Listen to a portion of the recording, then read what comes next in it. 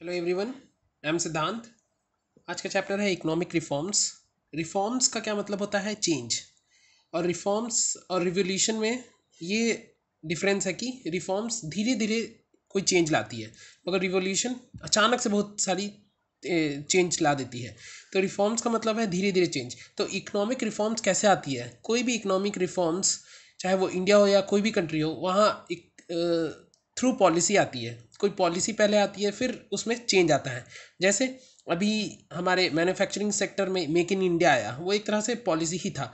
और अभी very recently production linked scheme आया है, इनिशिएटिव आया है, जिससे पर प्रोडक्शन पे कुछ इंसेंटिव्स मिलेगी मैन्युफैक्चरिंग कंपनी को। ये एक तरह की पॉलिसी है, और ये हमारे टोटल मैन्युफैक्चरिंग सेक्टर को बूस्टअप करेगा।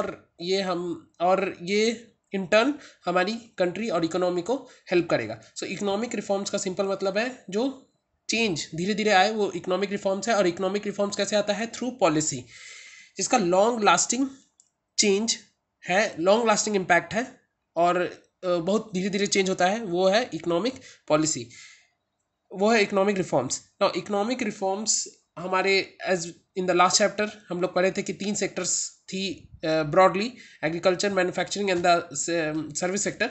तो उसमें हमारी जो रिफॉर्म्स होगी और पॉलिसी जो आएगी, उसके लिए सेपरेटली आएगी।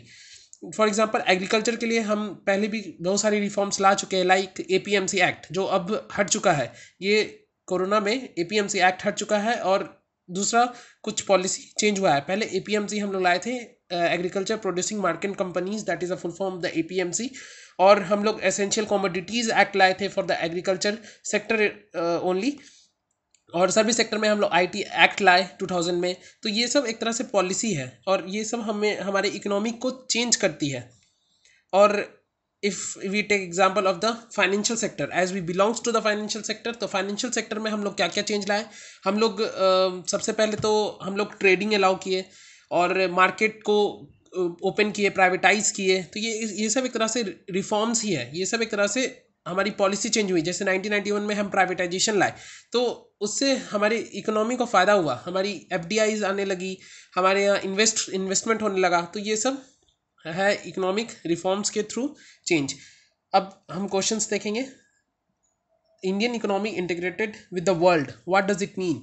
कोई भी इकोनॉमी अगर दूसरे वर्ल्ड से कनेक्टेड है, तो इसका क्या मतलब है? Option A, growing trade volumes. हाँ बिल्कुल, इंडिया जब से ग्लोबलाइजेशन हुआ है, इंडिया की ट्रेड बढ़ी ही है, चाहे वो इंपोर्ट हो या एक्सपोर्ट हो, ये बढ़ा ही है। तो global trading, growing trade volumes is true. Option B, financial flows from end to the world. Yes, हमारे यहाँ से आयात निर्यात यानी एक्सपोर्ट एंड इम्पोर्ट हुआ है। See, impact of the economic changes outside India. Yes, अगर बाहर कुछ चेंज होती है तो उससे हमारे यहाँ भी चेंज होती है। जैसे बाहर अगर सऊदी अरेबिया में पेट्रोल की प्राइस बढ़ गई, तो उसके कारण हमारे यहाँ जितने भी ट्रांसपोर्टेशन कॉस्ट और एवरीथिंग, वो सब भी बढ़े या घट जाएंगे according to the increase and decrease of the petrol price. And option D is all the above. So इसका option D. Question 2, reasons for the growth of the service sector.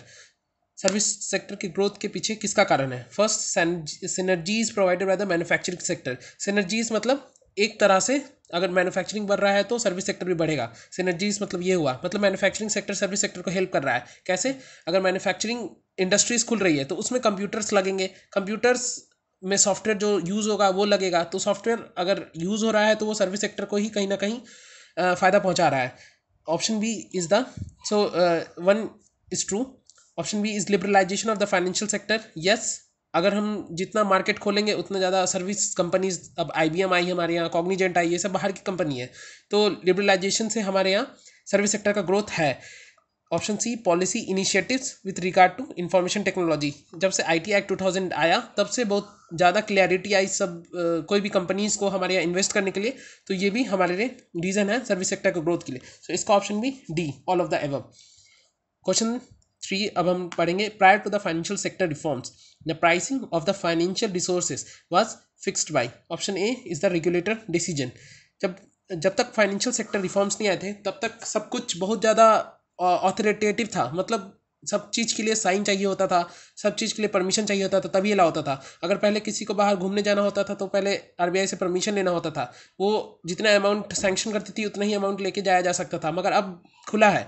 अब आप कितना भी जो limited as as set by the RBI, पहले से ही fix amount है, उतना आप आराम से लेके जा सकते हैं, कोई पूछने वाला नहीं है। तो पहला regulator prior to the financial sector reforms, मतलब फाइनेंशियल सेक्टर रिफॉर्म्स के पहले क्या क्या था, मतलब रेगुलेटर डिसीजन यस था। पहले आपको रेगुलेटर से परमिशन चाहिए होता होगा, तब आप कहीं बाहर कुछ खर्चा कर सकते थे। B administrative fiat. Administrative fiat क्या होता है, ऑर्डर फ्रॉम द अथॉरिटी। ये एडमिनिस्ट्रेटिव फिएट का मतलब ही होता है कि ऑर्डर फ्रॉम द अथॉरिटी, तो ये भी पहले चाहिए होता था। Not based on the opportunity cost. पहले हम लोग देखेंगे अपॉर्चुनिटी कॉस्ट क्या होता है। Lost of other alternatives when one alternative chooses. तो अपॉर्चुनिटी कॉस्ट का मतलब है अगर आप एक ऑप्शन चुन रहे हैं तो आप दूसरा ऑप्शन गवा दे रहे हैं। अपॉर्चुनिटी कॉस्ट का ये मतलब है, अगर इसको एग्जांपल से समझे तो अगर आप कैश अपने घर में रखते हैं तो आप उससे जो आप इंटरेस्ट अर्न कर सकते हैं बैंक में रख के, वो आप खो दे रहे हैं, तो ये है एक तरह से अपॉर्चुनिटी कॉस्ट हुई। तो ये not based on the opportunity cost. Financial sector reforms के पहले यही होता था कि ये अपॉर्चुनिटी कॉस्ट पे डिपेंड नहीं करता था। D option all of the above, so इसका option B D all of the above होगा। Next question, who regulate and supervise payment and settlement system in India? Options A are NPCI. The full form NPCI is National Payment Corporation of India. B RBI, Reserve Bank of India. C SEBI, Security Exchange Board of India. And D Central Government. The option is B. NPCI company है, वो हमारे payment and settlement system की platform बनाती है, मगर जो regulator supervise करता है वो आरबीआई है, through payment and settlement system act of 2007. You must remember this act. Questions. Next question, which of the following in is the reforms related to the foreign exchange market? Okay. कौन कौन सा reforms है जो foreign exchange market से related है। Permission to run open position. पहले हम लोग देखेंगे ओपन पोजीशन क्या होता है। ओपन पोजीशन का मतलब ये है कि अगर आप आज कुछ बेच रहे हैं तो जब तक आपको उसका अच्छा कॉस्ट नहीं मिलेगा तब तक आप उसको नहीं बेचेंगे, तो आप उसको ओपन रखे हैं, उस ऑफर को आप ओपन रख रहे हैं फॉर अनदर डे ऑल्सो। सो ये इसका मतलब हुआ ये ओपन पोजीशन। फॉर एग्जांपल आप ओलेक्स में कुछ सामान डाले बेचने के लिए, वो आप तब तक नहीं बेचेंगे जब तक आपको अच्छा बायर नहीं मिल जाएगा, तो ये होता है ओपन पोजीशन। पहले ये नहीं था, पहले आपको एक दिन में ही सारा सेटलमेंट या ट्रांजेक्शन करना पड़ता था, पहले बहुत सारे परमिशन रेगुलेशंस थे और बंधन था, मगर अब सब कुछ खुल गया। तो ये permission to run open position, हाँ ये फॉरेन एक्सचेंज रिफॉर्म के बाद ये अलाउड हो गया। Introduction of the market based exchange rate regime, हाँ पहले क्या होता था आरबीआई डिसाइड करती थी एक्सचेंज रेट कितना होगा against dollar of Indian rupees, मगर अब ये मार्केट पे ही छोड़ दिया गया है। आप मोर ऑफन देन नॉट आप देखते होंगे कि हर 4 मिनट में या हर 4 सेकंड में डॉलर और इंडिया का रेट ऊपर नीचे भागते रहता है, तो यह मार्केट पे डिपेंड करता है, जैसा मार्केट में डिमांड एंड सप्लाई है उसी हिसाब से ये फ्लक्चुएट होगा। Option C adoption of the current account convertibility. Now current account convertibility का मतलब होता है कि conversion of one currency into another for the buying of the goods and the services is the current account convertibility. ये अब allowed हो गया है। अब जैसे हम एक्सपोर्ट एंड इम्पोर्ट बहुत फ्रीली कर पाते हैं, ये just because of the current account convertibility. D relaxation in the capital account transactions, ये भी अलाउड हो गया है फॉरेन एक्सचेंज में। अब आप बाहर एसेट आपको खरीदना है, पहले तो शायद अलाउड भी नहीं था, अब शायद अलाउड है with the RBI prior permission and with the limited amount you need to reveal to the RBI, then only you can invest. Next question, which of the following is required to be accepted by a country for making its currency fully convertible? Option, ये factual question है और इसका answer IMF article 8 होगा, ये आपको दिमाग में रखना पड़ेगा। और इसका which of the following reforms related to the, इसका आंसर होगा all of the above. I hope you understand. Thank you, that's it. Please subscribe my channel and also share it with your friends. Thank you.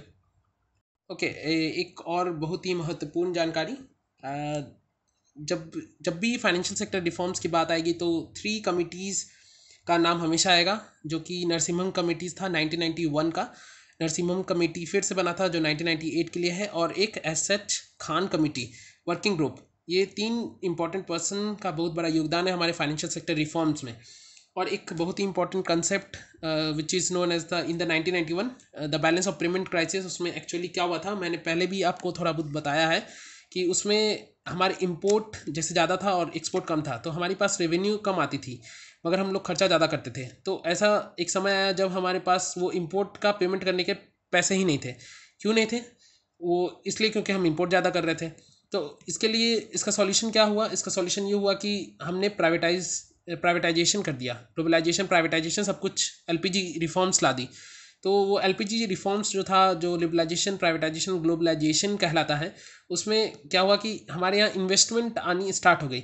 तो जब investment बहुत सारे आ गए तो हमारे पास बहुत सारा बाहर का मनी आ गया, तो उससे अब हम लोग इम्पोर्ट बिल पे कर सकते थे। तो उस तरह से हमने ये सिचुएशन जो बैलेंस ऑफ पेमेंट क्राइसिस कहलाती है या फिजिकल क्राइसिस कहलाती है, एक्सटर्नल पेमेंट क्राइसिस कहलाती है, उससे हम टैकल कर पाए। So that's it, thank you. Please like subscribe and comment and share with your friends the videos. Thank you.